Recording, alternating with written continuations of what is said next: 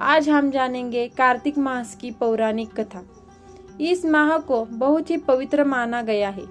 इस माह में ही भगवान विष्णु अपनी योग निद्रा से जाग जाते हैं और तब सभी तरह के मांगलिक कार्य प्रारंभ हो जाते हैं। इसी कार्तिक मास में दीपावली का महापर्व आता है। पुराणों में कार्तिक मास की महिमा का वर्णन मिलता है। इस माह में दीपदान, स्नान, विष्णु पूजा और तुलसी पूजा के साथ ही पौराणिक कथा सुनने का बहुत ही खास बहुत होता है। कार्तिक मास की कथा। एक नगर में एक ब्राह्मण दंतपति रहते थे। वे दोनों प्रतिदिन 7 कोस दूर गंगा और यमुना नदी में स्नान करने जाते थे।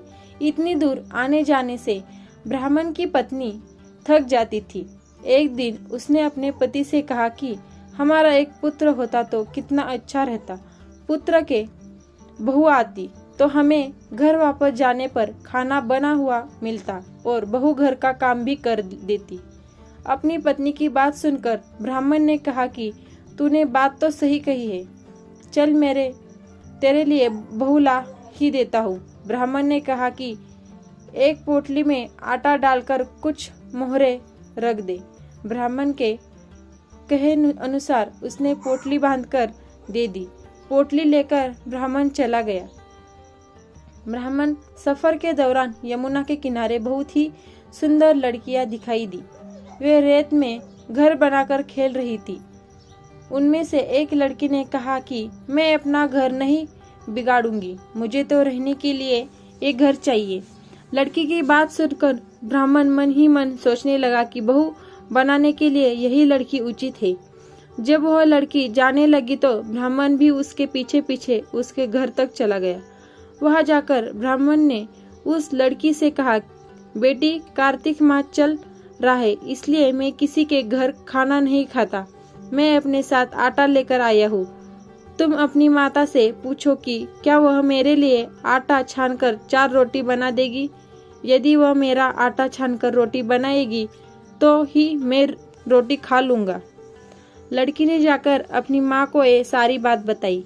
माँ ने कहा, उचित है, जाकर ब्राह्मण देव से कह दो कि वह अपना आटा दे, मैं रोटी बना दूंगी।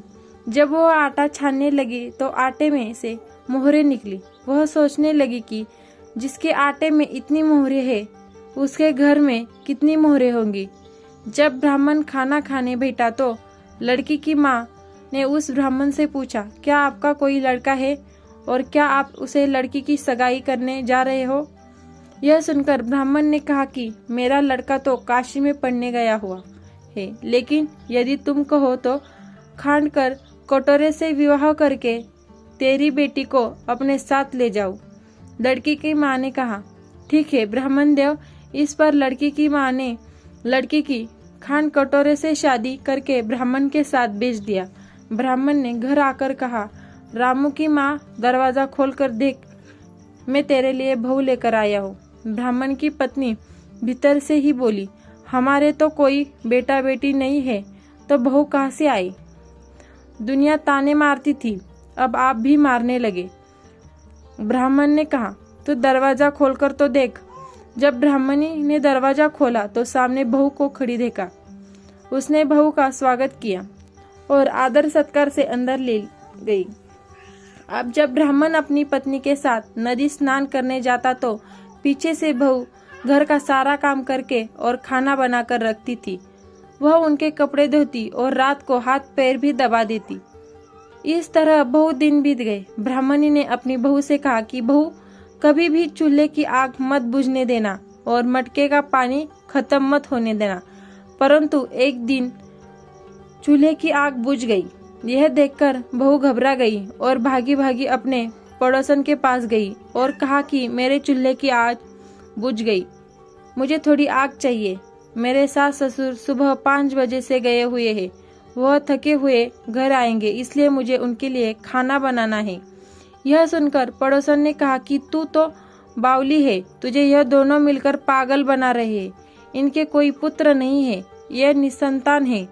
बहू ने कहा, नहीं ऐसा मत बोलो, इनका बेटा तो बनारस काशी में पढ़ने गया हुआ है। इस पर पड़ोसन ने कहा कि यह तुझे झूठ बोलकर लाए।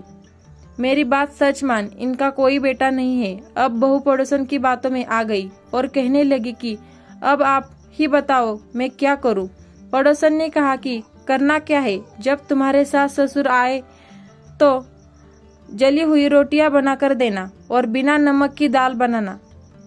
खीर की कड़छी दाल में दाल की खिचड़ी खीर में डाल देना। पड़ोसन ने उसे अच्छे से सिखा पढ़ा दिया।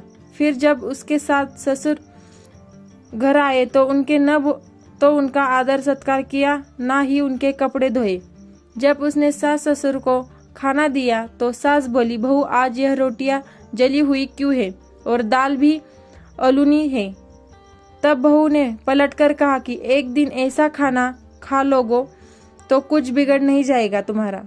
सास ससुर को खरी खोटी सुनाकर वह फिर से पड़ोसन के पास गई और बोला कि अब आगे क्या करना है। पड़ोसन ने कहा कि अब तुम सातों गोटों की चाबी मांग लेना।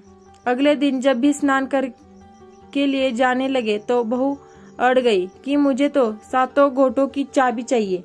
तब ससुर ने कहा कि इससे चाबी दे दो। तब सास ने बहू को चाबी दे दी।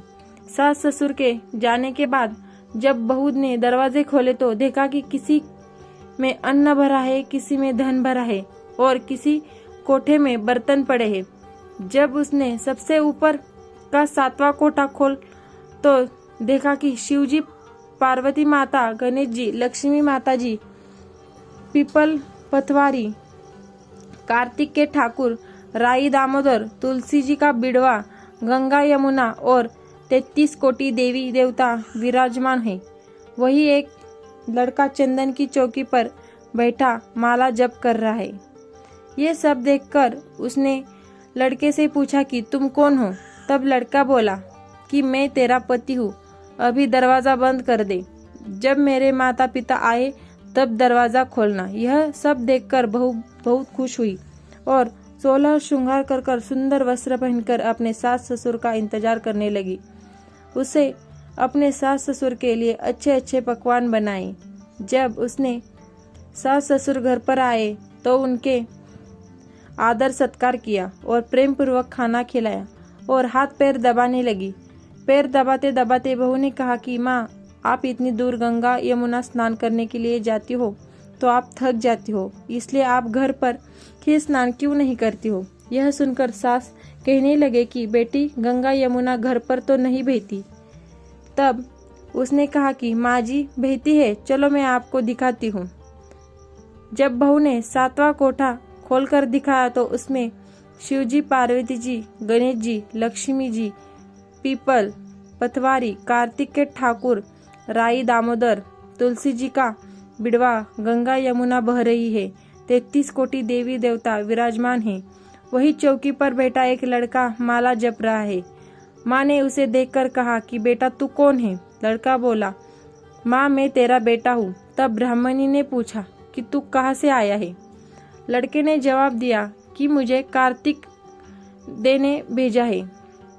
माँ ने कहा, बेटा यह संसार कैसे मानेगा कि तू मेरा बेटा है। माँ ने कुछ विद्वान पंडितों से मदद मांगी। पंडितों ने कहा इस पर बहू बेटा खड़े हो जाए और उस पार में माँ खड़ी हो जाए। माँ ने चमड़े की अंगियां पहनी हो और छाती में से दूध की धारा निकलकर बेटे की दाढ़ी मूछ भीगे और पवन पानी से गठजोड़ बंधे, तब मानेंगे कि यह इस माँ का ही बेटा है। उसने ऐसा ही किया। चमड़े की अंगियां फट गई और छाती में से दूध की धारा निकलकर बेटे की दाढ़ी मूछ भीग गई। पवन पानी से बहू बेटे का गठजोड़ बन गया। यह देखकर ब्राह्मण और उसकी पत्नी की खुशी का ठिकाना न रहा। धन्यवाद।